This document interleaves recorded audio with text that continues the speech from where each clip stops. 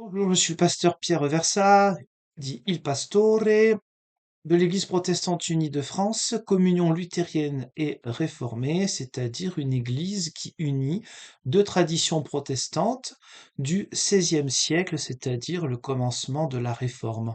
C'est donc une tradition ancrée sur plusieurs siècles et qui à la base se veut bien sûr une réforme de l'Église catholique romaine.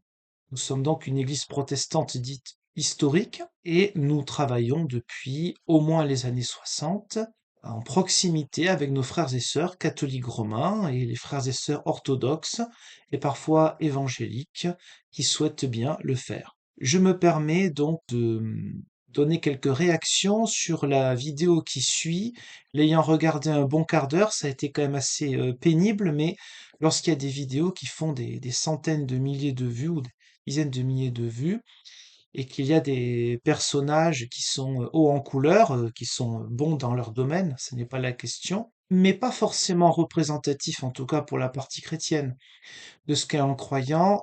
Je trouvais que peut-être, pour ceux qui sont curieux, il serait intéressant d'avoir un autre point de vue d'un croyant. Car le prêtre qui fait partie des deux intervenants de cette émission, dont le principe n'est pas mauvais en tant que tel, bien évidemment, de faire rencontrer des gens très différents, c'est une bonne chose. Ce prêtre-là fait partie de l'Église catholique romaine, c'est donc une église dans le christianisme la plus importante en France et la moitié des chrétiens à travers le monde. Mais la tendance qu'il représente n'est pas du tout la tendance majoritaire de l'Église catholique romaine. C'est une forme de traditionnalisme acceptée officiellement par les évêques. Et dans les quelques vidéos que j'ai vues de ce prêtre, notamment par rapport au protestantisme, mais pas que, j'y ai vu une polémique digne du XIXe siècle, comme si le dialogue écuménique du XXe siècle n'avait pas existé. C'est un retour négatif, et c'est triste que ces personnes-là soient vues comme des représentants, entre guillemets, normaux de l'Église catholique romaine, alors qu'ils n'en sont qu'une partie et la partie la plus fermée qui puisse exister. Donc je trouve intéressant d'apporter ma pierre à ceux qui sont forcément curieux de la spiritualité, que vous soyez chrétien ou pas, croyant ou pas, agnostique ou ignostique, comme le dit Thomas Legrand. Lui, je connaissais ses vidéos de sa chaîne La Tronchambier. J'apprécie l'aspect courageux par rapport à des charlatans des pseudosciences, et le fait qu'il se soit récupéré des procès est assez grave, me semble-t-il. Après, je ne partage pas ce qui me semble être une forme de rationalisme, forcément. Je ne peux pas partager cela, mais je reconnais le courage du personnage. Donc je vais regarder ce que je n'avais pas vraiment regardé depuis la base pour avoir des réactions qui soient le plus spontanées possible. Moi, je suis agnostique, par exemple. Je suis convaincu que les définitions qu'on a sur la table sont pas cohérentes et donc c'est intestable. Et si on peut dire Dieu, il est présent sous la plante là, il est défini comme ça, on regarde, on le trouve, on le voit, bon. Bon là, on est effectivement dans ce qui me semble être du rationalisme. Dans ce cas-là, il va falloir prouver que l'amitié existe, parce que tout ce qui est de l'ordre du relationnel, si on va dire que ça n'existe pas parce qu'on ne peut pas clairement le définir, parce qu'on ne peut pas le tester, ça veut dire que l'amitié, l'amour, la loyauté, tous ces concepts-là ne sont que des mots vides de sens, comme s'ils n'existaient pas dans la vie de chaque jour. Pour moi, ce sont les limites du rationalisme. En le temps qu'on l'a décrit, on peut tester, mais jusqu'à nos jours, c'est tellement mal défini qu'en fait, on cherche plus. Les gens sérieux cherchent plus des preuves. En fait. J'ai vu une vidéo chez vous, il y avait personne en face, et j'ai râlé. Vous m'avez invité. Donc, bah, je viens. J'ai pas de rapport personnel à la croyance. C'est vrai que je constate qu'autour de moi, beaucoup de gens croient. Et que dans l'histoire, beaucoup de gens croient. Donc, la croyance, elle s'impose de fait dans la société autour de moi. Donc, bah, je réagis. Et la plupart des athées, les non-croyants, c'est des gens qui réagissent à ce que les gens croient autour d'eux. Là, il faudrait qu'il fasse une distinction entre la croyance sur le plan de la doctrine et la croyance dans le sens de la foi, c'est-à-dire de la confiance en Dieu. Même s'il considère que Dieu n'existe pas ou qu'il est impossible de prouver quoi que ce soit, il y a des gens qui, eux, ressentent qu'ils font confiance en Dieu.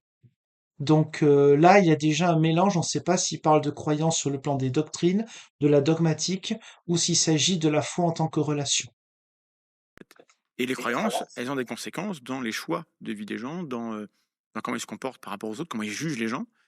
Et en général, Ou comment il ne les juge pas, parce que c'est, en tout cas pour le christianisme, même si c'est difficile et qu'on n'y arrive pas tous les jours, évidemment, ça se saurait. Le but est de ne pas juger, c'est-à-dire la critique, ça veut dire qu'on est d'égal à égal. Le jugement, ça veut dire que je considère que je suis au-dessus des autres.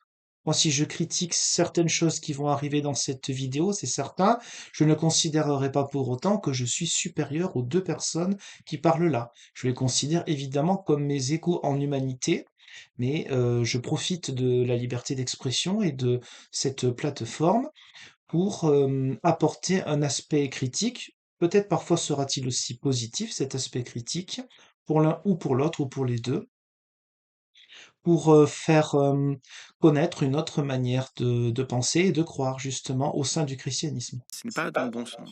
Bah, je pense qu'il faut d'abord faire une distinction entre Dieu comme l'être divin et la démonstration de l'existence de Dieu et la question de la religion, qui sont des choses complètement différentes. Parce que la religion nécessite la foi. Donc effectivement, enfin moi je parle en tant que catholique, on peut démontrer l'existence de Dieu, mais le fait que ce Dieu soit trinitaire, qu'il se fasse homme, qu'il soit fait homme en Jésus-Christ, qu'il soit mort sur une croix, ressuscité, etc. Alors on peut démontrer l'existence de Dieu, ça c'est l'aspect philosophique d'une certaine théologie catholique romaine à laquelle je n'adhère pas. Je pense que démontrer l'existence de Dieu, c'est dans notre comportement de chaque jour. Et c'est pourquoi il y a des gens qui sont athées ou d'autres religions qui démontrent par leur comportement de bienveillance une puissance de l'amour de Dieu, qu'ils soient conscients ou pas d'être en lien avec lui. Ça évidemment c'est du domaine de la croyance. C'est-à-dire qu'il n'y a pas de preuve de ça. Oui, tout à fait, il n'y a pas de preuve au niveau du dogme trinitaire.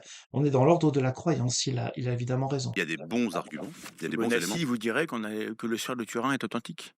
Vous pensez que c'est vrai? Alors, je Donc on est passé de un croyant et un athée au suaire de Turin. Alors là, on est encore plus restreint au niveau de la piété, parce que j'imagine qu'il y a des millions et des millions de catholiques romains qui rigoleraient eux aussi, autant que des athées, sur le suaire de Turin. Besoin de preuves pour croire, la foi n'a pas besoin de preuves. Sinon, c'est plus de la foi. pense que le suaire de Turin est authentique, mais j'ai eu de longues discussions avec lui et je ne pense pas que ce soit une preuve de la résurrection. Parce qu'il reste quelque chose de la foi et la foi ne se prouve pas. La foi, c'est de l'ordre de la confiance. J'ai donné Exactement. ma vie pour la foi catholique, pour Jésus-Christ. Mon rôle en tant que prêtre, c'est de témoigner partout et toujours devant tous ceux qui se posent des questions. J'ai regardé un certain nombre de ses vidéos et j'aimerais répondre à un certain nombre de ses faux arguments, oui. Visiblement, il n'est pas croyant, en tout cas, il affirme le contraire. Mais j'ai déjà vu plus coriace que lui, du jour au lendemain, se mettre à croire en Dieu et devenir de très grands croyants. Donc, je ne perds pas espoir. En revanche, là, s'il est question de l'existence de Dieu, bien sûr, Dieu, l'existence d'un être, effectivement, qu'il faut définir, je suis tout à fait d'accord, est tout à fait prouvable. Et l'être dont la tradition chrétienne prouve l'existence, c'est une cause première de l'univers, un premier moteur non mu, c'est une cause nécessaire, un être nécessaire. Là, on a ce qui fait à la fois le génie et, de notre côté, la faiblesse du catholicisme romain, c'est-à-dire de répondre à toutes les questions auxquelles la Bible ne répond pas directement, en ayant repris d'Aristote notamment. C'est Thomas d'Aquin, hein, saint Thomas d'Aquin, mais pas le seul. Et ainsi de pouvoir, dans la recherche de la vérité, hein, essayer de répondre un peu à toutes les grandes questions, alors que la Bible n'y répond pas et que ce n'est pas le but des Saintes Écritures d'y répondre. C'est, comme dit, force, parce qu'il y a du coup une, il y a une grandeur et une possibilité donc de travailler sur plein de sujets dans le catholicisme romain, mais faiblesse parce que forcément les «trous» entre guillemets qu'il y a dans les Écritures, il faut les combler avec ce qui n'est pas biblique, et donc il y a un petit mélange qui est parfois un peu malsain. Nécessaire, absolument nécessaire, et l'ordre de l'univers, une intelligence ordonnatrice de l'univers. C'est ça qui peut se prouver par l'intelligence humaine et L'intelligence humaine peut arriver à des choses comme ça, mais pour ce qui est de la foi chrétienne, le cœur, c'est Jésus-Christ qui nous montre le Père. C'est pas le b.a.-ba du Dieu créateur, même si on y croit sur le plan symbolique, pas créationnisme, je le précise, L'Église protestante et les églises protestantes historiques ne sont pas créationnistes. Mais celui qui nous montre le Créateur, c'est Jésus-Christ. C'est lui qui est au cœur pour nous montrer et nous mener vers le Père. C'est quand même la base de la foi chrétienne. Là, on est très vite dans une philosophie chrétienne. Ce qui n'est pas nul intellectuellement parlant, j'ai pas dit ça. Mais pour moi, on dévie du cœur de la foi chrétienne. Non, Non, en attends, plus, je pense que c'est faux de dire qu'il y a de moins en moins de croyants si, de chercheurs qui sont croyants. bah, autrefois, tous les grands chercheurs étaient instruits en France, hein, en Occident, dans les écoles confessionnelles. Enfin voilà, enfin il fallait donc il y avait un endoctrinement très important. Quand on prend Pascal, on prend Newton, c'est des gens extrêmement croyants. Euh, Aujourd'hui, les gens de très haut niveau, Descartes, Pasteur, oui, oui, c'est-à-dire que pendant très longtemps, des siècles, c'est l'Église qui a eh ben oui, encouragé les on ne scientifiques, la pouvait pas recherche. être savant sans être passé à travers le filtre Tout à fait. C'est grâce à l'Église, d'ailleurs, dans l'Occident oui, chrétien, ou qu'il y a eu peut-être que s'il n'y avait des pas eu savants. l'église, on aurait avancé plus vite. Ça se discute. Mais aujourd'hui, ce qu'on constate, c'est quoi là? Quand on regarde les gens qui publient dans les meilleurs. Alors, dit sans l'Église, on aurait avancé plus vite, faut le prouver, parce que c'est quelqu'un qui parle que de preuves. Il faut prouver que donc dans l'URSS entre 1917 et 1991, en plus avec toutes les facilités techniques du XXe siècle par rapport au siècle de Pascal ou de Newton, il y a eu une accentuation de progrès scientifique dans un état officiellement athée, faut le prouver. Revues, les prix Nobel, et cetera, les gens, il y a des croyants, hein, il y en a toujours, mais il y en a moins que dans la population générale. Donc le taux Je suis pas sûr, je suis pas sûr, ah bah, et je pense que c'est je suis aussi le fruit sûr, d'une manipulation. C'est-à-dire qu'aujourd'hui, à l'université, dans les universités françaises, si vous parlez de religion, alors vous êtes mis au banc, vous êtes chassé, c'est vous êtes, vrai. ah oui, complètement, Mmh. clairement. Bah, En tout cas, il y a des sujets qui sont juste une anecdote, il va peut-être un peu loin, le prêtre, mais tout n'est pas faux. Un seul exemple, je dis pas ça parce que c'est côté protestant, mais par exemple le pasteur Oberlin, qui est un pasteur alsacien, il a fait beaucoup d'avancées sur la pédagogie avec les enfants. C'est étudié en Corée, Corée du Sud évidemment, pas Corée du Nord, en Allemagne, mais pas en France, hein. On a des sujets comme ça à partir du moment où c'est un pasteur ou un prêtre. Non, c'est étudié de manière tout à fait sérieuse dans des universités ailleurs, mais pas en France. moi ça m'intéresse cette nuance que vous avez avec Léo Menassi, avec qui j'ai eu un débat une fois, avec son livre Dieu, la science et preuves, là, il prétend qu'il y a des preuves scientifiques. Donc là, ce que je suis en train de voir, c'est que une fois de plus, donc les personnes comme Thomas Legrand ne s'adressent qu'à des gens qui ont absolument besoin de prouver l'existence de Dieu pour être croyants. On va parfois à l'opposé du message de Jésus, hein. Jésus refuse à un moment de faire des miracles. On lui demande de prouver qu'il est vraiment le Fils de Dieu. Et il dit, bah, il vous sera donné que le signe de Jonas. Jonas, donc, prophète enfermé, emprisonné par un monstre marin 3 jours, préfiguration de la mort du Christ avant la résurrection, etc. Il y a des gens parmi les chrétiens qui veulent absolument que les sciences, par exemple, de la vie et de la terre, correspondent à la Genèse. Parce qu'ils font de la Bible un Dieu qui répond à toutes leurs questions. Je dis pas que c'est ce que fait l'Église catholique romaine, mais il y a, dans un certain monde évangélique, pas chez tous les évangéliques, mais de ce genre de choses, il faut absolument que la Bible réponde à tout. Sauf qu'en faisant cela, on fait de la Bible une idole, elle-même qui condamne toute forme d'idolâtrie. Donc c'est le serpent qui se mord la queue. Passer sa vie à se rassurer en cherchant des preuves pour sa propre foi, à mon sens, c'est un mauvais signe de rapport à Dieu et c'est un mauvais signe de croyant. Au-delà du Dieu initial philosophique, ontologique, il y a des preuves, voilà, dans l'histoire, que l'histoire d'Israël est la preuve que existe et que les miracles seraient des preuves. Et moi, en tant que non-croyant, j'ai tendance à penser que la plupart des croyants n'ont pas besoin qu'on vienne leur expliquer que les miracles sont des preuves. Oui, il a raison. Il a raison. Ce qu'il dit sur les croyants, là, c'est un regard c'est un regard extérieur, c'est clair, mais assez juste. Ils croient sans avoir pensé, Parce besoin de penser que ce sont des une preuves. théologie catholique, justement, vous avez cité saint Thomas d'Aquin, pour saint Thomas d'Aquin, les miracles ne sont pas des preuves de la vérité de la foi. Parce qu'en fait, la foi nécessite, comme j'ai dit, une adhésion volontaire. Et si on nous prouvait. Alors, ce sont. En fait, pour faire Le problème de son adhésion volontaire, c'est qu'il y a, enfin, un problème, d'un point de vue protestant, évidemment, c'est qu'il y a, à mon sens, un mélange entre il a raison pour il a raison. L'adhésion de la volonté, de l'intelligence, de la recherche, de dire voilà, j'adhère à une doctrine, le Dieu trinitaire, etc., mais qui est la conséquence, qui est l'interprétation de Dieu tel qu'il est, donc du Dieu dont il est témoigné dans l'Ancien et dans le Nouveau Testament. L'adhésion, d'abord, c'est l'adhésion du cœur, parce que la foi est de l'ordre du mystère. Après, il y a la dogmatique, mais adhérer en même temps, c'est-à-dire donner sa vie à Dieu, parce qu'il n'y a pas que lui qui a donné sa vie à Dieu, tout chrétien engagé a donné sa vie à Dieu. Alors certains pour un ministère consacré ou reconnu ou ordonné, les prêtres, les pasteurs, les évêques, etc. D'autres pour le ministère au quotidien en dehors de leur propre profession. Allez, on va réécouter. Analogie, On va c'est une question continuer. d'amour. Comment est-ce que quelqu'un peut vous Oui, prouver qu'il vous aime? bah Il oui, peut vous donner des cadeaux. Et c'est pas parce que il vous donne des cadeaux que c'est suffisant pour prouver qu'il vous aime. Et si vous exigez de celui qui Les vous aime, cadeaux comme preuve d'amour, c'est bien matérialiste, je trouve, de votre part. donc là, Thomas Legrand est en train de tourner en dérision ce qui est au cœur de la foi chrétienne, enfin, il le fait pas forcément volontairement, la grâce, effectivement. Et donc le prêtre qui est là dit exactement le cœur de la foi chrétienne en parlant de ce cadeau. On peut pas, on peut pas mieux expliquer. ça peut être ça, il y a différents langages de l'amour. D'accord. Mais en fait, ça va être simplement un élément, un bon indice que la personne vous veut tout bien et vous Oui, aime. Mais ça va pas, on n'atteint jamais l'amour en tant que tel. mais on peut croire à l'amour sans croire que c'est un concept qui existe dans la sphère des idées. L'amour, c'est S'il fait la comparaison avec Dieu, en fait, je peux parler qu'à titre personnel, bien évidemment, je n'engage pas mon église, même si en tant que pasteur, quelque part, il y a toujours en lien avec mon église. Mais pour moi, les concepts, les preuves, tout ce qu'il dit, en fait, j'en ai rien à faire.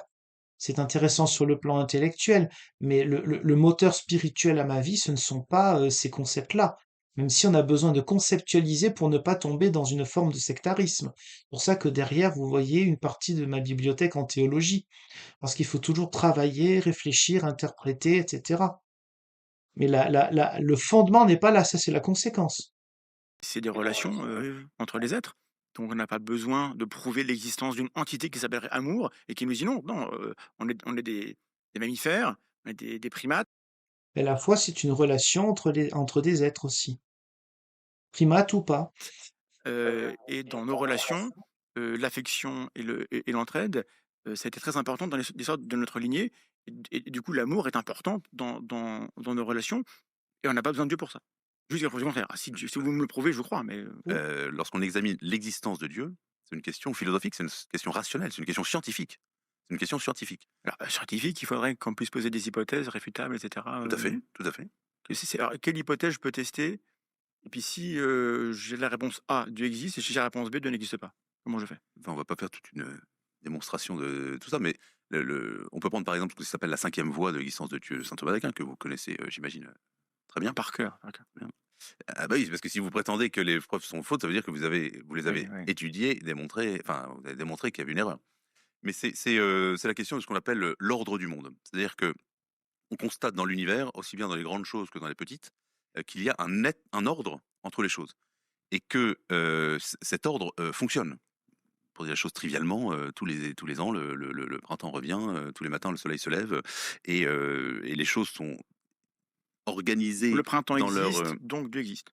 Non, non, attendez, laissez-moi écouter le raisonnement avant de.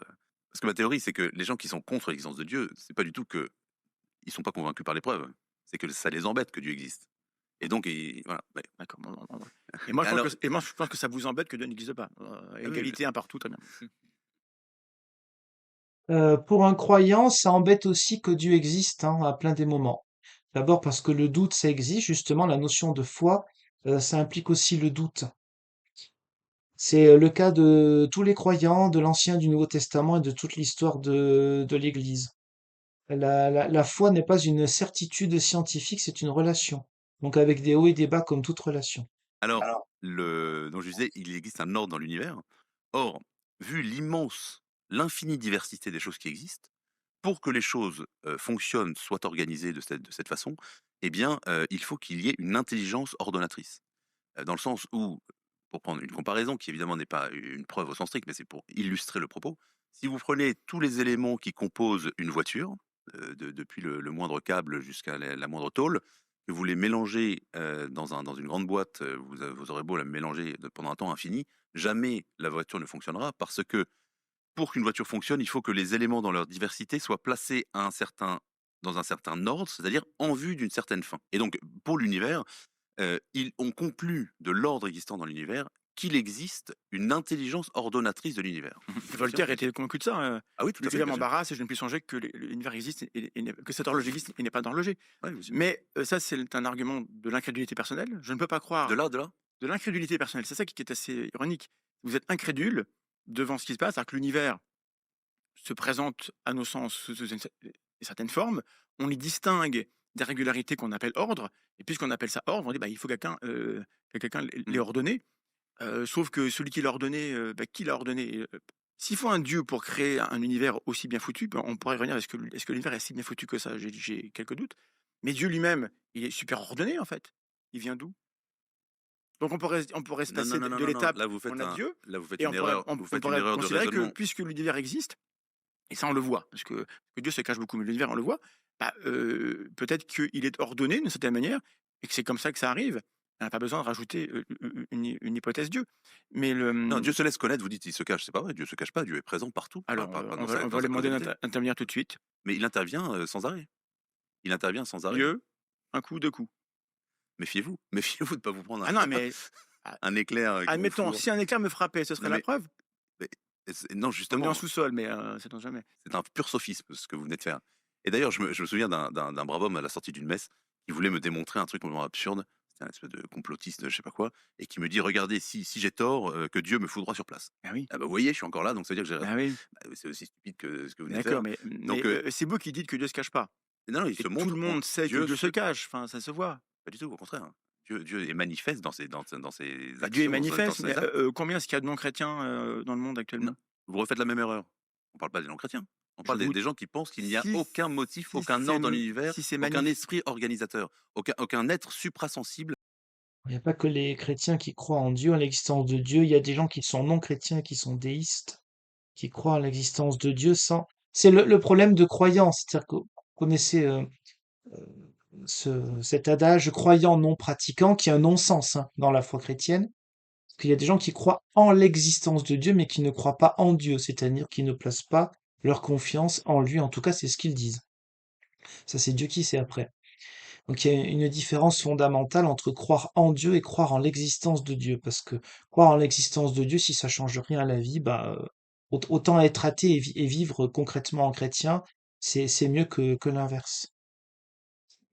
Qui est la raison, la cause, l'origine du monde. est-ce que vous êtes Non, mais déiste ou vous êtes théiste? non, attendez, pour l'instant, j'ai dit ce qui se démontre, c'est l'existence de Dieu. Ah, Thomas Legrand a raison de poser ces questions-là, parce que on est plus dans la philosophie que dans la foi chrétienne. Mais ça, c'est le problème d'un certain traditionnalisme catholique romain. Parler éventuellement d'une démonstration de certains attributs de Dieu, de l'âme humaine, par exemple. Il y a un certain nombre de choses qui peuvent se démontrer. Mais en revanche, tout ce qui est du domaine religieux, du domaine de la croyance, je vous l'ai dit au début, ça ne se démontre pas. Ça ne se démontre pas. C'est de l'ordre de la foi, de l'adhésion. Alors, il y a des bonnes raisons de croire, et vous avez parlé du Saint-Suaire, du Fer de Turin. Je pense que c'est une très bon élément pour croire, mais ce n'est pas une preuve. Juste pour revenir en 2 mots sur l'univers ordonné, donc c'est l'argument du design. On a l'impression, nous humains, puisque nous sommes habitués à inventer des choses, à construire des choses, on se projette hein, dans la nature. Puisque l'univers a l'air très ordonné, bah, il nous paraît que quelqu'un doit l'avoir ordonné. Donc vous acceptez cet argument qui dit que Non, dès qu'il y a un ordre, il faut une non, intelligence bah qui l'ait non, ordonnée. j'ai pas le temps de finir. Je dis que intuitivement, ça fonctionne très bien. C'est comme ça qu'on fonctionne. On a plein d'ontologies intuitives. On regarde le monde à travers des yeux d'humains. Et si on était des mollusques, on verrait ça différemment. On est des humains, hein, on parle avec. Mais quand on regarde l'univers, est-ce que vous le trouvez si bien fait que ça, en fait? Si vous prenez le volume de l'univers, quel pourcentage du volume de l'univers est disponible pour que la vie apparaisse, pour que la civilisation existe? Il n'y a pas un gaspillage absolument. Là, c'est le verre à moitié plein, le verre à moitié vide, c'est-à-dire que on pourrait aussi rendre grâce à Dieu pour la vie qui est là, même si c'est tout petit, même s'il n'y a que nous, en tout cas, pour ce que l'on connaît de ce qui est le plus proche, à vol d'oiseau et à vol de fusée. Mais la différence entre un croyant et un non-croyant, c'est de rendre grâce pour ce qui existe et puis d'essayer d'améliorer la vie entre les êtres humains si possible. C'est pas gagné. Considérable. En plus, c'est pas extrêmement stable. C'est-à-dire que les étoiles, elles naissent puis elles meurent. Donc dans 2 milliards d'années, il fera très chaud, dans ce studio, et ça sera pas que dû, à l'effet de serre, ça sera parce que le soleil se sera, étendu. Donc vous êtes C'est d'accord étonnant, en fait. qu'il y a dans l'univers des constantes, qu'il y a des éléments qui sont déterminés et que vous n'avez pas déterminés, ni vous ni moi, ni même la nature en elle-même, puisque Pourquoi la nature? Bah, parce que par exemple les conditions pour que la vie existe sur Terre sont des conditions qui nécessitent scientifiquement. Vous avez fait des études scientifiques biologie? de biologie. Moi j'ai étudié les mathématiques. J'ai étudié les mathématiques longtemps. Le principe du mathématicien et n'importe quel scientifique, c'est que il part du principe que il y a une rationalité dans les choses, et que le mathématicien va chercher dans l'univers ou dans telle expérience, dans tel phénomène, dans tel calcul, il va chercher la logique parce qu'il sait qu'il y a une logique Alors sous-jacente. c'est pas Et, qu'il le et sait, la c'est loi, qu'il il va extraire c'est pas qu'il du le sait, réel une loi. c'est de l'induction. Alors en Bien maths bien sûr. peut-être, mais en sciences on fait de l'induction. Non, On mais, suppose qu'il y a un truc à comprendre, comme ça on cherche. Et puis ah, mais certains s'il nous n'y ont avait rien à dit, comprendre, s'il et n'y avait rien à comprendre, est-ce qu'on chercherait? Donc là, je vais avancer un peu plus loin parce que ce sont des domaines que je ne maîtrise pas, puisqu'il est question des sciences. Vous, la pensée, c'est quoi? C'est juste je un, sais pas ce que ça veut dire être spirituel, c'est terrible, je ne sais pas mais ce que ça veut dire. c'est quelque chose qui est réel, mais Je, qui n'est pas je matériel. suis écrivain, j'écris des romans. Est-ce que c'est spirituel? C'est mon esprit C'est votre qui. esprit. C'est Bon, quoi votre esprit? Il est où votre esprit? c'est la manifestation. C'est votre cerveau? L'esprit, c'est un mot, déjà. C'est un mot qu'on met sur quelque chose Mais qui ne signifie rien. qui est de l'ordre des objets psychologiques. Et que notre cerveau réifie D'accord. parce qu'on est habitué à interagir avec des humains qui ont D'accord. dans Donc leur tête vous niez des l'existence concepts. du spirituel. Vous niez l'existence de réalité spirituelle. Tu sais pas ce que ça veut dire? D'accord. Oui. Je ne peux nier que ce que je comprends. Il est plus rationnel que ce que je pensais, plus cohérent. Mais sa vie doit être très triste, en fait. Vous voyez, tout ce qui est la pensée, l'amour, la sagesse, la beauté, la perfection aussi, tout ça, finalement, c'est que des atomes qui se rencontrent sans faire exprès, ou des connexions chimiques qui n'ont aucun autre sens que les rencontres hasardeuses d'atomes. Bah, c'est bien triste. Je suis d'accord avec sa réflexion. Donc, vous niez aussi qu'il existe du bien et du mal. Non. D'accord. Là, le bien et le mal, tout de suite, la question de la morale, c'est un sujet qui est aussi à l'extérieur de toute croyance. Il y a des athées qui sont des grands moralistes. C'est pas, ça, c'est un peu un mélange des deux, hein. Il vient d'où? C'est juste le fruit d'une. Bah, si je vous mets mon pain dans la figure maintenant, c'est pas très, très, très Charlie quand même. Et qui décide ça? Bah, moi. Il y a des époques où les gens pensaient que c'était très Ah bien. bah oui, mais il faut Il y plus. a des endroits où les gens pensaient Et ça. puis dans la Bible, on pourra regarder ce que dit la Bible sur la morale. L'esclavage, c'est Charlie, hein, aucun problème. Et puis maintenant, on a dit. Alors l'esclavage, c'est Charlie, aucun problème. C'est oublier d'abord que dans l'Ancien Testament, il y a des lois pour les protéger, que la notion d'esclavage, même si elle peut être affreuse, n'indique pas forcément des traitements qui soient affreux. Euh, un esclave qui a aussi droit, obligatoirement, pardon, droit à son Shabbat, de même que les animaux qui sont utilisés pour le labour, ben, c'est-à-dire que c'est quelqu'un qui n'est plus totalement un esclave, mais qui jouit aussi de la liberté de la religion juive, qui le protège. Donc sur la notion de l'esclavage, il y aurait des choses à nuancer sur ce qu'il dit. Pour ce qui est du Nouveau Testament, l'esclavage n'est pas aboli parce que le but, le cœur du Nouveau Testament n'est pas de faire une révolution politique, mais une révolution spirituelle. Et il est vrai que l'apôtre Paul ne dit pas qu'il faille absolument arrêter l'esclavage. Par contre, il y a une manière de vivre différente, même pour ceux qui sont, je mets des gros guillemets car le terme est horrible, maîtres et esclaves. Une fois qu'ils sont chrétiens, ils doivent se voir comme frères aussi, et pas simplement les questions sociales. Les questions sociales deviennent secondaires par rapport à la fraternité dans le sens large au sein de l'Église. Et deuxième chose, par rapport à ce qui est de l'esclavage, on sait très bien que ces arguments sont les arguments économiques avec un vernis de pseudo-civilisation, mais on a déjà dans les années 1450, je crois que c'est 1453, quelque chose comme ça, un pape qui condamnait l'esclavage. Ensuite, ça a été accepté pour les Africains, comme vous savez bien, qui ont été menés dans les Amériques pour être esclaves. Mais il y a eu des chrétiens pour lutter contre ça dès le 15e et le 16e siècle. Évidemment, ça n'a pas fonctionné parce que c'est l'économie qui a toujours été au cœur de la vie politique. Et finalement, la chose la plus importante, une preuve de plus que les gens n'étaient pas plus croyants avant, il fallait faire semblant de l'être. Mais s'il avait été, l'esclavage aurait été aboli plus tôt. Et enfin, pour terminer, c'est dans un contexte, une mentalité chrétienne, une culture chrétienne, que l'esclavage a été aboli. Non. Comment ça se fait? Et de vous Comment dire ça se fait que vous êtes contre l'esclavage, monsieur Rinfret? alors, C'est pas dans la Bible, hein? et vous mélangez encore, Bah, je un mélange tas pas. de choses. Je suis en train de vous poser une question sur Ah, la vous voulez me morale, parler le de la bien et le mal, morale, le et bien vous et le voulez mal. rentrer, on peut discuter de la Bible si vous voulez, on peut parler ces choses-là, il y a aucun problème. Mais commencez par répondre à mes questions. Est-ce qu'il existe du bien ou du mal? Et Alors, je refuse, attendez, j'ai pas à répondre. ben non, parce que je vais D'accord. vous dire. C'est-à-dire que vos arguments en disant oui, dans la Bible, il y a des choses mauvaises, vous n'avez Oui. pas le droit de le dire. Parce que vous pensez, exactement. Parce que si vous pensez qu'il n'y a pas de bien et de mal, alors taisez-vous sur les questions de morale. Alors, est-ce que j'ai dit qu'il y avait pas de bien et pas de mal? J'ai dit l'inverse. Bon, alors qu'est-ce qu'est Mais le bien et qu'est-ce que mais le Vous bien, avez pas la mal même objectif? définition du bien et du mais mal. c'est ça, C'est la définition, C'est quoi le bien et le mal? vous avez tendance à croire qu'il y a un bien absolu qui existe, il est là-bas, et le mal absolu, là-bas, c'est plutôt les LGBT. Bon, Donc là, c'est mélangé, enfin bon, c'est un peu mélanger un peu tout là. Purement gratuit. non, mais j'ai vu les trucs quand même. Non, Donc, non, non, non, non, ça c'est des soupçons, des accusations. Wouah! Vous êtes pour le mariage gay? Non. Bah, voilà, bon, Et alors? bah, non, mais bon, c'est pas grave, c'est pas grave, je vous en va.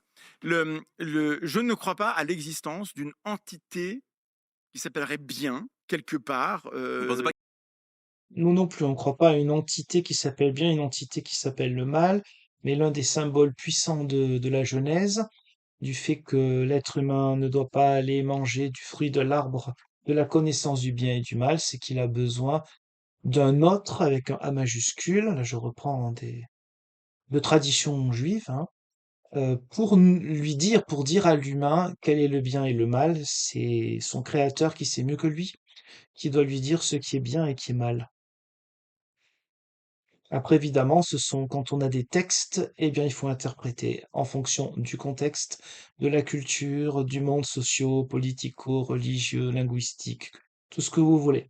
D'où la difficulté. qu'il y a un bien objectif?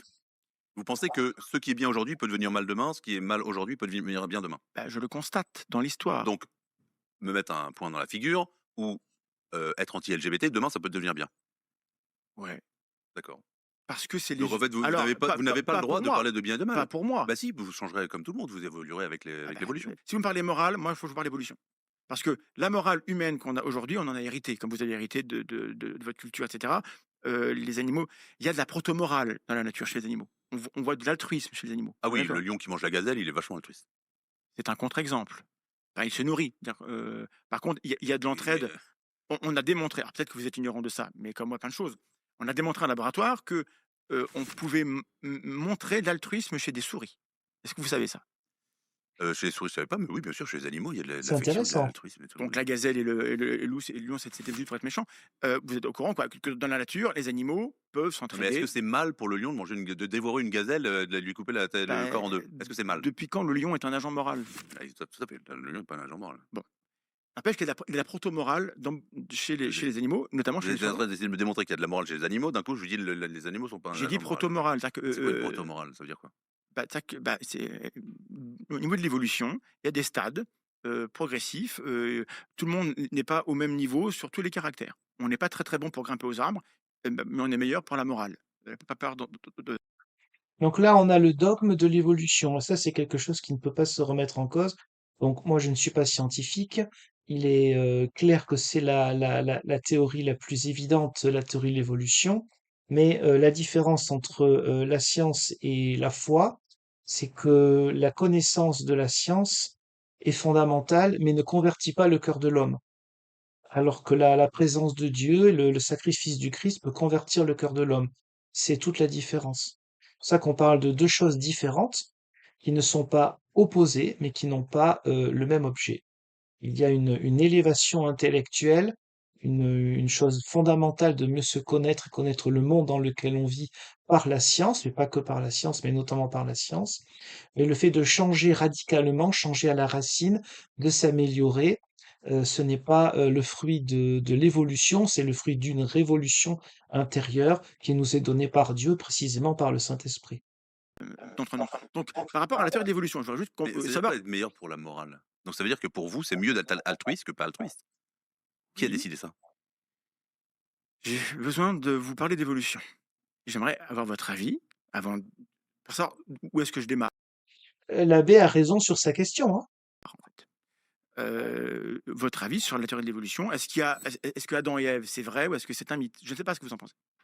Moi, je pense que Adam et Ève, c'est vrai, bien sûr, oui. Donc c'est vrai, donc il y a ces 2 humains qui ont donné.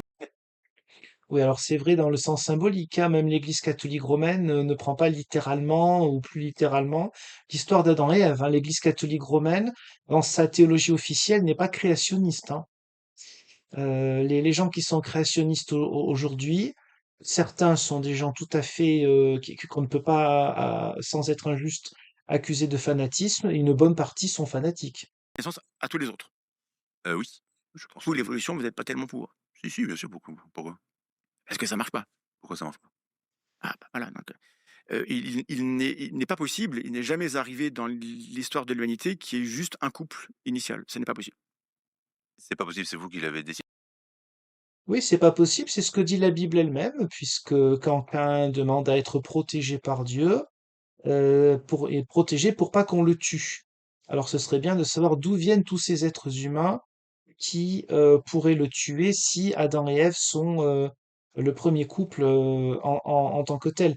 Même littéralement, la Bible est beaucoup plus complexe que ce qu'on en a fait quelquefois. Non, c'est pas Non, moi qui l'ai dit, non, non, bah, ce serait moi, je serais arrogant. bah, moi, je vous dis que c'est possible. C'est possible. Donc vous savez que tous les gens qui travaillent dans l'évolution ont tort. Ça, vous le Non, savez. non, non, je dis pas du tout qu'ils ont tort. Je dis que la science fait des constats et ensuite, Bah, il y la a un la certain science, nombre alors de je veux choses. dire, du coup, vous êtes au courant maintenant, c'est catégorique. Adam et Ève, c'est du mythe. La science dit non. Non, mais c'est pas vrai ça. C'est pas vrai. Il y a un moment où sont apparus le premier homme et la première femme, qui ont été créés par Dieu, dans le sens où Dieu leur a donné une âme spirituelle. C'est spirituel, donc ça vient de Dieu. Dans le texte de la Bible dit Dieu a pris de la glaise à souffler dessus.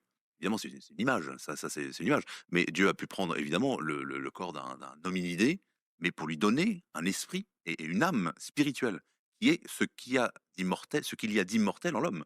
Et quand le corps meurt, eh bien notre esprit subsiste. Et d'où le jugement, etc. Donc bien sûr, il y a eu un premier homme et une première femme. Mais comment est-ce que Dieu l'a fait? Ça peut être évidemment, effectivement, au terme d'une évolution de l'espèce. Et si vous voulez, je pense que ce qui est dangereux dans votre discours, c'est Ah, de réduire la connaissance et la vérité à un discours scientifique expérimental. moi, Et il y a des choses, il y a des, ce qui est l'homme va bien dangereux, au plus. ce qui est Attendez, dangereux, c'est de définir l'homme la va bien morale par plus rapport que à une là. parole révélée que personne ne peut contester, en Non, fait. alors c'est plus complexe. Alors, parole révélée que personne ne peut contester, en tout cas critiquer. D'abord, il y a plusieurs théologies dans la Bible elle-même. Un seul exemple, dans certains psaumes, vous avez l'idée selon laquelle celui qui croit en Dieu, celui qui cherche à être juste, eh bien, il aura une vie facile, tout sera bon pour lui. Et puis, vous allez dans le livre de Job, ou dans le livre de l'Ecclésiaste, on va vous dire quasiment l'opposé. Bah, les deux sont dans la même Bible juive, la Bible hébraïque, qu'on appelle l'Ancien Testament dans le christianisme. Donc les choses ne sont pas si simples que ça. Que ça, oui, ne traitez pas les choses comme ça. C'est parce que cette parole révélée, effectivement, Dieu s'est révélé dans les 10 commandements, par exemple, dans la morale de l'amour, etc. Très bien.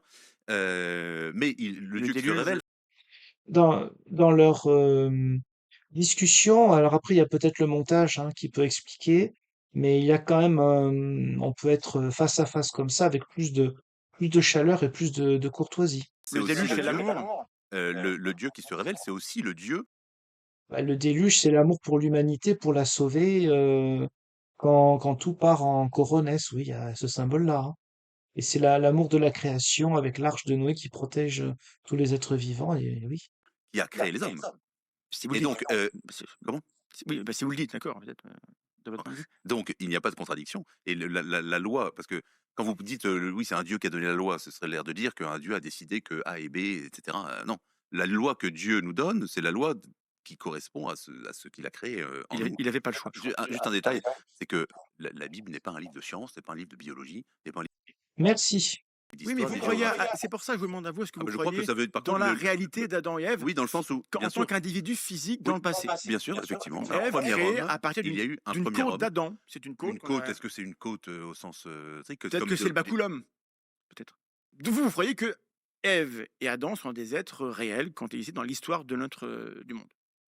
Et ça vous empêche de comprendre mon point de vue sur d'où vient la morale. Parce que moi, ce que je crois savoir d'après ce que je lis dans les sciences de mmh, l'évolution, c'est que, bah, qu'on est lié. Donc on est passé à athée croyant sur le thème Dieu existe-t-il à la morale. C'est-à-dire qu'en fait, on est toujours dans ce piège-là. Moi, j'ai vu ça depuis que j'ai à peu près 10 ans. Dès qu'on dit qu'on est croyant, tout de suite, ça part sur la morale. C'est une déviation du cœur de ce qu'est la foi chrétienne. Dans cette déviation, il y a une part évidemment de forte responsabilité des religions en tant que telles, notamment du christianisme, où c'est la morale qui a été mise en premier, alors que le fondement n'est pas là. Reste du vivant, qu'on est des singes, et que les hommes, depuis au moins 300 000 ans, Homo sapiens, c'est cet âge-là, et depuis 5 ou 6 millions d'années, on vit en paquets de 10, 15, 20 individus. Et être moral les uns envers les autres, c'est l'entraide que ça implique, l'attachement qu'on a les uns envers les mmh, autres, c'est ce qui a été en tout cas, vous êtes le, d'accord qu'il n'existe c'est ce qui a pas été, de je fais une phrase, c'est ce qui a été le plus important pour le succès évolutif de notre lignée. Et donc, le fait que on ait de fortes intuitions morales, que le bien et le mal sont importants pour nous, je ne le conteste pas, c'est vrai, mais ça a une histoire. Si lui, il croit que c'est deux. Alors, il mélange la morale et la survie, hein. C'est pas la même chose. Si la survie, c'est instinctif, si s'entraider pour survivre, ça n'a rien de très évolué, hein. Individus qui sont à l'origine de tout, ça veut bien dire que c'est un couple originel et donc il n'y a pas de population, il y a un couple. En biologie, on sait que non. Je vous le garantis, c'est clair comme de le roche. Les hominidés, on fonctionne par population. Alors, il y a eu des moments d'étranglement où les populations a été réduite à moins de 10 000 individus, mais à deux, jamais. Il y aurait des traces dans la génétique. Ça n'est pas arrivé. On a les preuves que ce n'est pas arrivé. donc vous affirmez qu'il n'existe pas de bien et de mal objectif? C'est-à-dire que ce qui était bien hier peut devenir mal, ce qui était mal hier peut devenir Alors, bon? tout. Donc demain être anti-LGBT, ça deviendra quelque chose de bien et taper Alors, sur je son vais doigt, ça deviendra amender quelque ma chose de bien? réponse. Tout ce qui est bien ne peut pas devenir mal, inversement. Pourquoi? Il y a des limites. Qui fixe les limites? Mais les êtres humains, entre eux, l'idée de contrat social, même si c'est une métaphore, elle est réelle en fait. Le contrat social, bon, c'est intéressant, mais alors alors là, comme preuve, là on est dans l'anthropologie, ce sont des sciences humaines.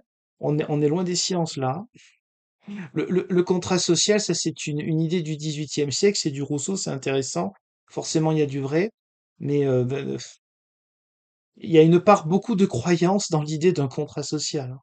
On vit en paquet, on sait bien que C'est complètement faux. Il y a des gens qui massacrent leurs voisins tous les jours. il y a des Ouvrez, gens qui ouvrez la télé. massacrent leurs voisins. Et qu'est-ce que font les gens du village autour? Ils trouvent que c'est pas bien. Oui, donc ça veut dire qu'il y a Il y a des des règles exceptions. objectives.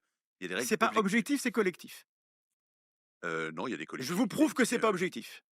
J'ouvre la Bible, on prend au hasard. Ça s'appelle le jeu de la Bible. Vous êtes chez vous, vous ouvrez la Bible, vous mettez au hasard le doigt sur un verset et vous appliquez ce qui est dedans. Et on regarde qui arrive en prison en premier. c'est Vous pouvez battre votre esclave tant qu'il ne meurt pas dans les 2 jours. La Bible le dit. C'est la parole de qui? Lévitique 21. oui, et alors? Et alors? Non, c'est-à-dire que qui prend la Bible au pied de la lettre comme ça? Des gens, des tas de gens, notamment les mecs Non, attendez, notamment attendez. des dames qui Mais tuent leurs enfants parce que Dieu leur a dit. Ça arrive régulièrement. Dans un pays où on arrêterait non, de attendez, faire vous croire aux gens mélangez que tout Dieu et peut leur n'importe parler, quoi. Non, on mais n'aurait pas ça. Par exemple, et on fait alors déjà, comment on fait pour, je vous rappelle que les pays où on a voulu forcer les gens à ne pas croire en Dieu, ça j'ai pas s'appelle dit la qu'il Russie j'ai communiste, pas ça dit qu'il s'appelle fallait le les communisme forcer. en Chine ou en J'ai dit qu'il machin, fallait arrêter de ça fait valoriser. 150 millions de morts environ, vous voyez? Donc en fait, quand on essaye de s'opposer à la nature humaine, ça se termine toujours très, très mal. Votre histoire d'ouvrir la Bible, c'est du délire. Je C'est du reviens. gros délire. Non, laissez-moi répondre parce que c'est n'importe quoi. Le la question, dans déjà la parole de Dieu, dans l'Ancien Testament, n'est pas Ça interprétée compte au plus. pied de la lettre. Ça a un sens, spirituel, ça a un sens mystique, ça a un sens, Quel est le sens spirituel de massacrer les Madianites? Les enfants aussi, les femmes. Vous gardez les de vierges fait pour vous. Et de c'est pas de n'importe fait qui, de c'est fait Là, il met le doigt sur des choses difficiles et réelles, hein, au niveau d'une partie de l'histoire du peuple d'Israël. Comment répondre à ça? C'est compliqué. On peut toujours dire que les textes ayant été écrits évidemment après, parce que d'abord c'est la tradition orale, il y a un moment où il faut aussi, ben, entre guillemets, légitimer ce qui a pu se passer de pas très joli et de dire que Dieu l'a voulu. Dire que Dieu a voulu la violence, en règle générale, dans les Écritures, c'est contradictoire. Dieu qui le dit, Non, hein. non, non, non, comment? C'est Dieu qui le dit? Bah, Non, dans le texte, non, non, dans le non, non, texte, pas du hein. tout. Déjà, c'est pas Dieu qui a écrit le texte. Ensuite, Le texte dit que c'est Dieu qui le dit et c'est dans la Bible. Donc on a gardé le non, c'est-à-dire texte. que c'est un événement historique. C'est un événement historique. Peut-être. Et ensuite, c'est des événements historiques, oui, Et Dieu avait raison ou pas? ben, j'imagine. Donc, un génocide, lorsque c'est Dieu qui est d'accord, vous êtes d'accord avec. Et c'est la différence morale entre vous et moi. C'est-à-dire Peut-être. non, non, non, non, non, ne mélangez pas tout encore une fois. C'est-à-dire que, de fait, Dieu est le maître de la vie et de la mort continuellement. C'est-à-dire que là, on part évidemment dans les extrêmes. Bon, c'était à prévoir, hein. Des deux côtés, mais pour le coup, je crois que c'est un peu plus du côté de celui qui est athée sans être athée. Mais parler de Dieu qui veut un génocide, bon, bah voilà, on commence à partir sur des mélanges d'époques et l'opposé exactement de la parole de Dieu et notamment du Christ. Mais bon. Que quelqu'un meure, c'est pas injuste. Le fait de massacrer des enfants et des femmes et des non-combattants, Ah bah, qui revient à faire un génocide. Moi, non, mais n'essayez pas de me faire en plus défendre l'Ancien Testament. C'est-à-dire que moi, je suis le Christ et l'enseignement du Christ. oui, mais Donc, c'est pas ma non, faute si l'Ancien Testament est dans la Bible. Hein. J'ai rien décidé. Hein. tout à fait, Donc, mais il on faut ne suit pas assumer à la un Bible moment au donné. pied de la lettre, c'est pas vrai du tout. C'est un livre qui raconte des choses, un tas de Bon, choses. alors on peut parler du Nouveau Testament. Parlons du Nouveau Est-ce que Testament, ça Jésus oui, est bien sûr. contre l'esclavage? Jésus n'est pas contre l'esclavage au sens où il n'est pas venu délivrer des esclaves. Bah oui. C'est d'ailleurs pour ça que les Juifs l'ont tué. Parce qu'ils attendaient à ce qu'ils viennent le délivrer du peuple romain, qui était l'envahisseur. Il a Mais même il est dit, venu, il Enfin, des Juifs, les Juifs de Jérusalem précisément, c'est les Romains qui l'ont tué. est venu montrer que l'esclave, Et contre l'esclavage spirituel, oui, contre les idoles, ça c'est sûr. comme le maître, était libre intérieurement. ouais, c'est pratique. Exactement. C'est Et il est pratique. venu montrer. Et Non, d'ailleurs, attendez, c'est ça. et Parlons de ça. c'est ce qu'on Non, a non, non, dit non, non, attendez. aux Afro-Américains. On est à égalité. Voilà, mais continuez quand même Non, je vous rappelle que à c'est être les esclave. chrétiens, c'est les chrétiens qui ont arrêté l'esclavage. Et c'est les chrétiens qui voulaient sur- continuer. C'était les chrétiens contre chrétiens, donc à un moment Oui, donné. bah, exactement, parce que le Christ n'est pas Est-ce venu du que, tout. est-ce que Il Jésus n'est a pas dit, venu du est-ce tout que Jésus, est-ce que Jésus a délivrer dit, le maître de l'esclave, oui, mais apprendre qu'en fait, on est tous appelés à quelque chose de plus grand, est-ce que Jésus de plus beau, de aurait pu meilleur, de dire, spirituel et d'éternel. est-ce que Il Jésus est aurait, venu donner quelque chose d'éternel ouais, mais, qui, bah oui. bon, Parce qu'en fait, est-ce que Jésus, de fait, est-ce que de fait, Jésus vous aurait êtes, pu vous êtes dire vous-même l'esclave de l'esclavage, quelqu'un. c'est pas bien? Mais vous êtes l'esclave de quelqu'un d'autre aussi. Vous êtes l'esclave de votre patron, vous êtes Vous l'esclave voulez de bien être mon qui non, esclave? non, je veux pas être Vous votre voulez pas? esclave, non. On est d'accord, Oui. moi je n'ai pas non plus envie. Oui, Donc, mais quand vous faites la différence il y a entre plein de gens, alors esclave et peut-être pas pas vous, parce que esclave. vous venez de vendre vos prêches Mes anti-religieux. prêches. Mais Je oui, parle pas beaucoup de religieux, pas tant que ça, je parle de mais science essentiellement. non, non, non. Parlez contre la Bah religion. là, C'est ça votre. là, je parle contre vous. Ouais. Hein, donc, Non, non, dans vos vidéos, vous parlez contre la religion. Donc vous faites votre argent là-dessus. Mais et c'est mal. ceci dit, ah oui, c'est mal, oui, tout à fait. Comment vous Parce le que savez? parce que parce que j'ai reçu ce qui est bien, ce qui est mal, et parce On va avancer un petit peu. que ça Vous savez, correspond. vous m'avez envoyé au catéchisme pour, Ah, vous êtes pour baptisé? regarder. Je suis baptisé. Je suis débaptisé d'ailleurs. Faites ça chez vous. Parce que sinon, vous êtes. Ah, bien, ça sert à rien. Eh bah si. Le diocèse peut vous barrer votre nom, faites-le parce que. Alors, ça change rien, parce qu'il n'y a, y a pas de taulier. Mais alors Mais pourquoi vous embêtez tellement pour un truc qui n'existe pas? Mais ça me j'ai fait halluciner. La notion de débaptême, c'est une blague. Donc c'est une question administrative, parce que le mot débaptisé est stupide. Baptisé signifiant en grec immergé, plongé. C'est le symbole de la mort et de la résurrection, en fait, hein, entre autres choses. Donc si on ne croit pas que le baptême est un sacrement, on croit que c'est de l'eau sur la tête qu'on a reçu quand on était enfant, ou plus tard, ça dépend des églises et des familles. Donc il est difficile, sauf avoir une machine à voyager dans le temps, à revenir à une époque pour re-enlever l'eau qu'on a reçue, si on croit que c'est que l'eau. Et si on croit que c'est un sacrement, c'est étonnant de se faire débaptiser. Ça colle pas. Par contre, demander à ce que sur le registre des baptêmes, on ne soit plus membre de telle église, moi ça m'est arrivé il y a pas longtemps, une personne qui a demandé à ne plus être membre de l'église protestante unie de France. bon, ça, je vais pas rentrer dans les détails, mais c'est toujours très spécial. J'allais le dire, parce qu'il y a des gens Vous passez comme votre... monsieur qui sont partie d'une multinationale qui dit nous, on représente tous ces gens. Et il y avait mon nom dedans. Je redirai mon nom de vos registres. Ça, c'est tout à fait son droit, comme pour nous. D'accord. Il se trouve que on m'a pas demandé mon avis. Le consentement, c'est important. Dans l'église, il faudrait qu'on le comprenne. Alors, effectivement, quand on baptise son enfant, on ne lui demande pas son avis.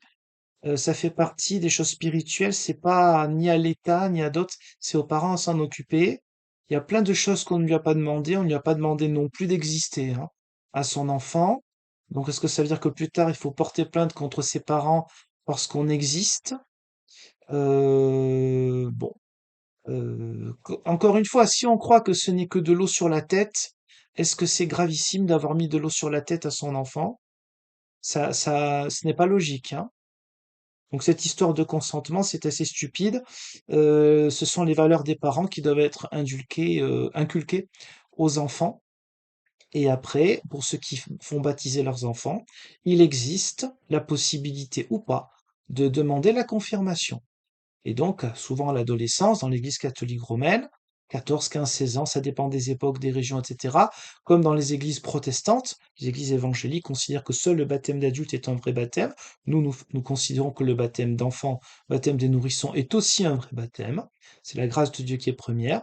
Donc, il y a de toute façon la possibilité à un moment de s'approprier ou pas le baptême que nos parents ont eu, pour moi, la bonne idée de demander. Donc, Le consentement, nous avons. Oui, euh, on va pas rentrer là-dedans parce que sinon ça va être un pugilat. Mais il y a des problèmes, hein, de morale dans l'Église.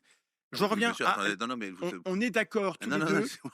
dans Le la consentement, plupart j'aimerais vous dire d'une. que au moment de votre baptême, on vous a demandé, voulez-vous être baptisé? Et quelqu'un a pris la responsabilité de répondre à votre place. Ouais, bah ça, il faut pas. Il faut arrêter avec ça. Bah, Il faut arrêter de heureusement punir que vos les. parents ne vous ont pas demandé votre avis pour vous donner à manger. Si vos parents pensaient que c'était bien pour vous, Est-ce que c'est et vous en bien? voulez à vos parents de vous avoir baptisé? Non. Bah si, puisque c'est eux qui n'ont pas attendu votre consentement. Moi, Réglez ça avec eux. Réglez ça avec eux. mais j'ai réglé ça avec le diocèse. Mais ça sert à rien à voir, vous êtes une liste. De toute façon, c'est juste marqué qu'il a voulu baptiser, enlever son nom. Eh ben, avec ça. On peut pas faire que ça, donc je l'ai fait. Est-ce que c'est bien ou est-ce que c'est mal de punir quelqu'un pour la faute que quelqu'un d'autre a commis?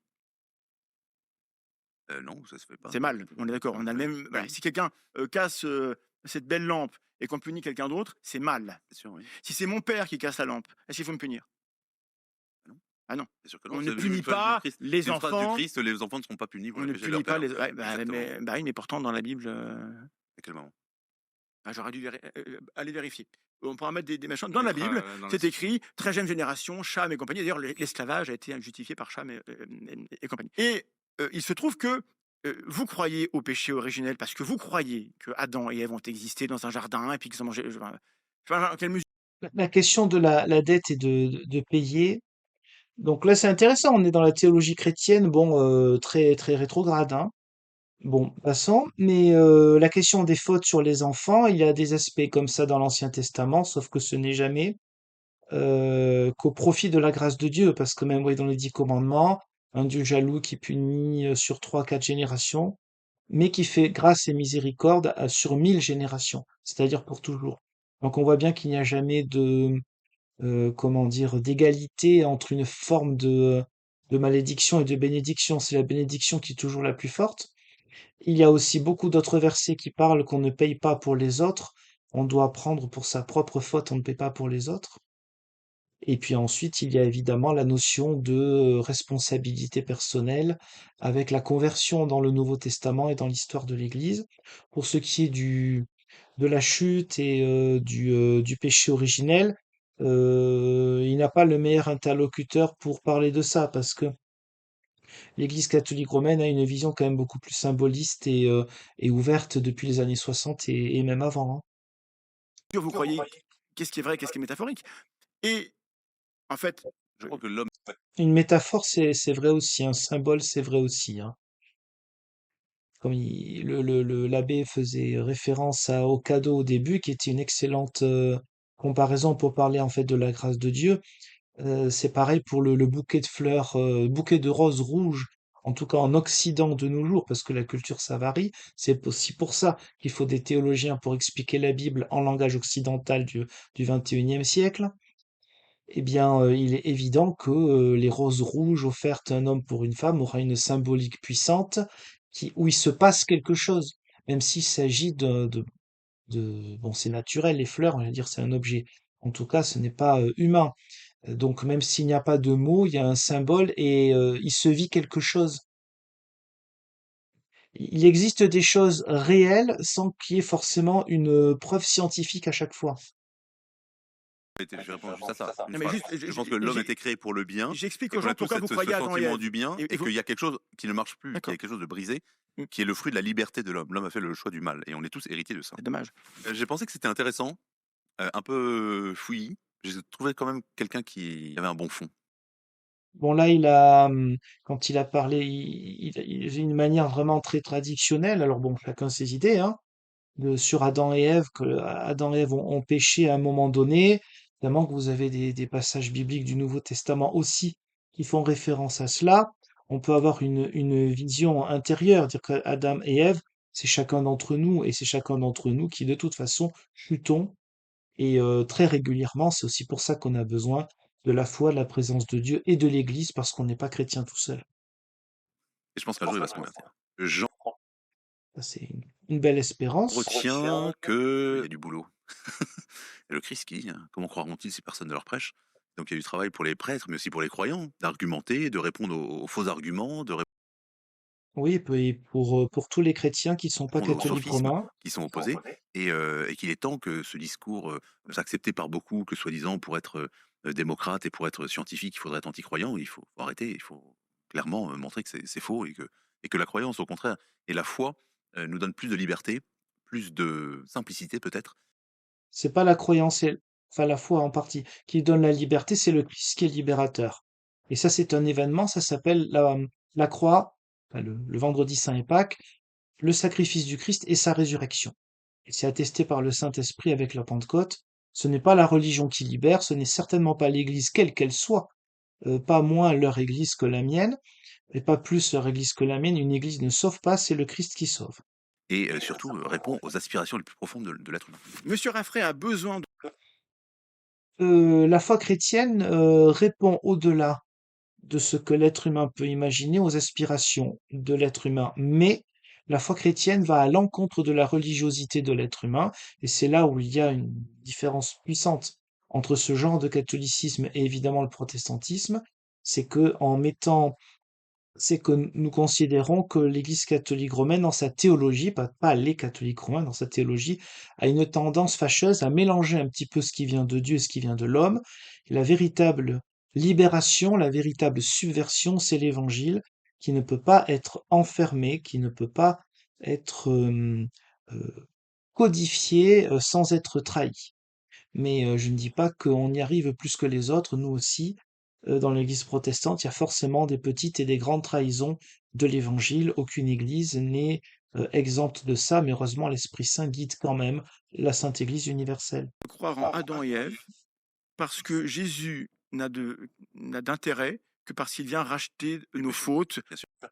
Bon, ça, c'est la théologie un peu de bas de gamme quand même, hein. collectives en mourant pour nous, mais juste 3 jours, c'est du chiquet, il revient. Donc, vous avez besoin de croire que Adam et Ève sont vrais pour être chrétien. Là, Alors oui, ben, nous, on n'a pas besoin de croire que Adam et Ève sont vrais pour être chrétiens. Et la foi, ça c'est aussi un discours qui entend souvent chez les gens athées ou agnostiques, qui parlent toujours de besoin. Comme si on était toujours dans l'ordre du consumérisme. La foi n'est pas forcément un besoin. La foi va à l'encontre je disais tout à l'heure, de la religiosité naturelle. Moi, parfois, la foi me pose problème. Et tous les moments, j'ai envie d'envoyer balader tout ça. Ça, c'est la réalité. La foi, c'est aussi un combat. C'est un combat contre soi-même. C'est pas un besoin comme j'ai besoin de manger ou autre chose. Qu'il y ait des besoins spirituels, c'est vrai, mais c'est pas ça qui fait la foi chrétienne. C'est un don, on en fait ce qu'on en veut, et parfois ce don, on l'envoie bouler, et puis il y a toujours un signe qui nous y raccroche. la plupart des gens n'en ont pas conscience. Vous êtes quelqu'un d'érudit, vous comprenez qu'il faut Adam et Ève. Oui, enfin, quelqu'un d'érudit, assez tradit, hein. Sinon, Jésus sert à rien. Pas péché originel, Jésus, on est Il fait d'accord. clocher, bien sûr. Alors, non, c'est le Christ qui nous montre la rédemption, qui nous rappelle effectivement qu'on a un petit problème d'obéissance envers Dieu, qui est la véritable libération. Mais le cadrer de cette manière-là, c'est une théologie bas de gamme.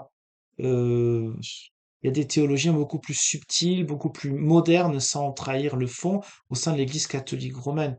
Il fallait prendre des gens qui sont entre guillemets un peu extrêmes de chacun, comme ça fait peut-être un peu plus sensation. On est d'accord. Bon. Et donc, vous ne pouvez pas accepter vraiment la théorie de l'évolution, ni la comprendre, parce que c'est très dissonant. Et il se trouve que si vous n'acceptez pas Jésus, vous êtes le fruit d'un monde déchu, tombé, vous n'êtes coupable de rien, et pourtant vous êtes coupable quand même, vous êtes des pécheurs à cause d'Adam et Ève dans un passé Est-ce lointain, que vous avez déjà commis du mystérieux. mal? Et Est-ce que donc vous on avez déjà est, fait du mal? probablement oui, oui, Très bien. probablement. Au moins, vous le reconnaissez très bien. Moi aussi, d'ailleurs. On n'est pas toujours juste, on fait pas Très bien. toujours ce qu'il faut, mais on a, Est-ce que vous on a des comprenez cette... intuitions morales sur ce qu'il faut faire et pas faire. Exactement, ce que dit saint Paul. Je vois le bien que j'aimerais faire et que pourtant je ne fais Eh pas. Je ben, vois le mal que j'aimerais éviter et que si pourtant Saint je fais. Paul vivait maintenant, peut-être qu'il aurait lu Darwin, il aurait lu et il comprendrait d'où ça vient. On voit clairement qu'on n'était pas d'accord, hein. Il y a vraiment deux visions du monde très très différentes. Mais ce qui m'ennuie, Il n'y a pas besoin que Saint Paul, comme ils disent, ou Paul, revienne maintenant par rapport à Darwin. Il y a des chrétiens qui n'ont aucun problème avec Darwin, hein. Parce qu'ils ont compris que l'ordre de la foi n'est pas de raconter une histoire de preuve sur l'existence physique de l'être humain, mais de l'ordre de la conversion qui nous élève, et qui nous rapproche du Créateur et nous rapproche des autres. Deux choses différentes et complémentaires. c'est qu'on n'a pas pu faire apparaître que sur plein de points, en fait, on est d'accord. Je veux pas que ça donne l'impression Ah que oui. c'est une guerre. Je suis pas en guerre contre les religieux. Il est persuadé que vous vous convertirez. Et moi, je suis pas sûr que lui pourra abandonner sa croyance. Ça me rend un peu triste. Personne ne croit sans raison. Les gens ont des raisons, et les raisons sont toujours psychologiques, puisque nous sommes des êtres psychologiques, et c'est pas un jugement moral de dire que Donc quelqu'un qui se base tout sur les preuves scientifiques, maintenant il nous part sur la psychologie. La psychologie n'est pas une science exacte, c'est une science humaine. Tout ce qui est humain ne peut pas être considéré comme euh, exactement la même manière d'être à tel moment, à toutes les époques, à toutes les cultures. Donc il faut savoir à un moment quand ça l'arrange, pas quand ça l'arrange, mais à d'autres moments il utilise d'autres arguments que les sciences dures, alors que c'est pas la même chose. quelqu'un croit pour des raisons qui me paraissent pas les bonnes. On peut bien avoir un avis sur si quelqu'un pense que Il est capable donc de savoir quelles sont les raisons pourquoi les gens croient. C'est pas mal. tel homme politique est l'homme politique qu'il faut pour la France et que moi je suis pas d'accord, ça veut pas dire que je pense que c'est un abruti. Je pense qu'il n'a pas les bonnes raisons de croire ce qu'il croit. J'ai pas l'impression que j'ai droit à la même charité en face. Selon vous, c'est quoi l'avenir des religions en France? On voit un mouvement de recul. Bon, là aussi, évidemment, mon regard est complètement extraterrestre. Je me moque totalement de savoir quel est l'avenir des religions et même de la mienne. Quand on essaye de vivre selon la foi, on essaye de partager un trésor qu'on a reçu, sinon on est des élitistes, ça pose problème, hein. Et donc, moi, je m'en moque totalement de l'avenir des religions. Par contre, si je peux participer modestement en, en parlant du Christ et de la foi en la résurrection, avec d'autres artisans de paix, à un monde citoyen meilleur, eh bien, c'est toujours bon à prendre. Dans le dialogue interreligieux, c'est toujours bon à prendre. Ou avec des gens qui sont pas croyants, c'est parfait aussi. Mais étant donné que, en tant que chrétien, normalement, nous ne prêchons pas une religion, une idéologie, une morale, mais un être humain et divin qui nous invite à nous rapprocher du divin, parce que lui s'est rabaissé à l'humain. C'est des questions qui, pour moi, ne sont, sont des questions extraterrestres. Des religions qui s'accompagnent d'une avancée du New Age que je déplore autant que vous, probablement, avec des gens qui, à la carte, choisissent L'avancée du New Age, quand on prend la mode bobo, ou même d'une partie de la vieille noblesse à la fin du 19e siècle pour l'occultisme et pour les médiums, il n'y a rien de nouveau sous le soleil. Un certain rapport à la nature, vous le trouvez dans l'Allemagne de l'entre-deux-guerres, pas seulement de l'Allemagne récupérée par le national-socialisme, mais ce rapport au corps et à la nature. À chaque fois qu'il y a une crise de civilisation, l'être humain étant spirituel, il a des recherches spirituelles tous azimuts. Ce n'est pas d'aujourd'hui. Mais enfin, en tant qu'individu, je les respecte, comme vous. Mais en tant que croyant, on est d'accord que c'est quand même pas idéal. Bon, il se passe ça, et puis on observe un retour, une tentative de retour des religions pour peser dans le, dans le monde politique. Et d'ailleurs, vous faites partie. Moi, ce qui m'ennuie, c'est d'avoir des gens qui, indépendamment de leur qualité personnelle, je vous connais pas, donc je veux bien vous arrêter toutes les qualités du monde, qui viennent dire, moi, parce que j'ai hérité de cette parole qui, pour moi, est Non, c'est fait. indiscutable. Attendez, euh, euh, je viens peser sur le débat public, vous donnez mon avis sur l'euthanasie, sur l'avortement, parce que pas n'importe qui, je suis l'abbé untel et j'ai la parole. Et moi, dans une démocratie, ça m'ennuie, et je suis bien content que ce pouvoir-là s'étiole. Je pense qu'il va continuer à s'étioler, mais il y a une sorte de chant du cygne qui arrive là, et j'espère que c'est un chant du cygne. Je souhaite tout le bonheur du monde à vous, mais à ce pouvoir temporel de, de la religion et de la superstition, je souhaite que ça disparaisse. Et c'est un vœu pieux parce que je sais bien que ça va un peu rester. Mon idée, c'est que, au contraire, on arrive à des nouvelles générations qui sont épuisées d'entendre ce genre de discours qui est irrationnel finalement. Et donc, qu'il y a un retour du religieux en France qui n'est qu'à son début. Et j'en suis très heureux. C'est-à-dire qu'en fait, le monde Le retour du religieux, pas totalement, mais en grande partie, c'est le retour de l'intégrisme, hein. Donc c'est sûr qu'il doit en être content. C'est parfois matiné d'extrême droite, pour d'autres d'extrême gauche, hein, parce que l'un vaut bien l'autre, hein. Et effectivement, je rappelle, donc en tant que chrétien, nous ne prêchons pas une religion. Mais il y en a qui mélangent un peu les deux. que proposent les anti-religieux, c'est un monde où l'homme n'est rien d'autre qu'un produit de consommation, un consommateur.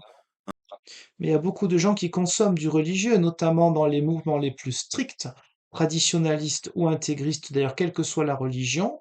Eh bien, je consomme de la morale, je consomme un cadre que je n'ai pas reçu dans ma famille.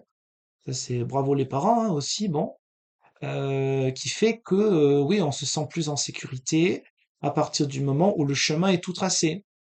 Et ce n'est pas la manière de faire normalement. C'est beaucoup plus élevé, spirituel et subtil dans la majorité de ce que propose de vivre l'Église catholique romaine et évidemment de ce que nous essayons de vivre dans les églises protestantes. Un jouisseur qui finit toujours par exploiter son voisin et faire du mal à son voisin. Et donc, il y a toute une partie de la jeunesse qui ne veut plus de ça, qui n'est plus satisfaite de ce discours soi-disant rationnel, mais finalement qui ne répond pas aux aspirations les plus profondes du cœur de l'homme.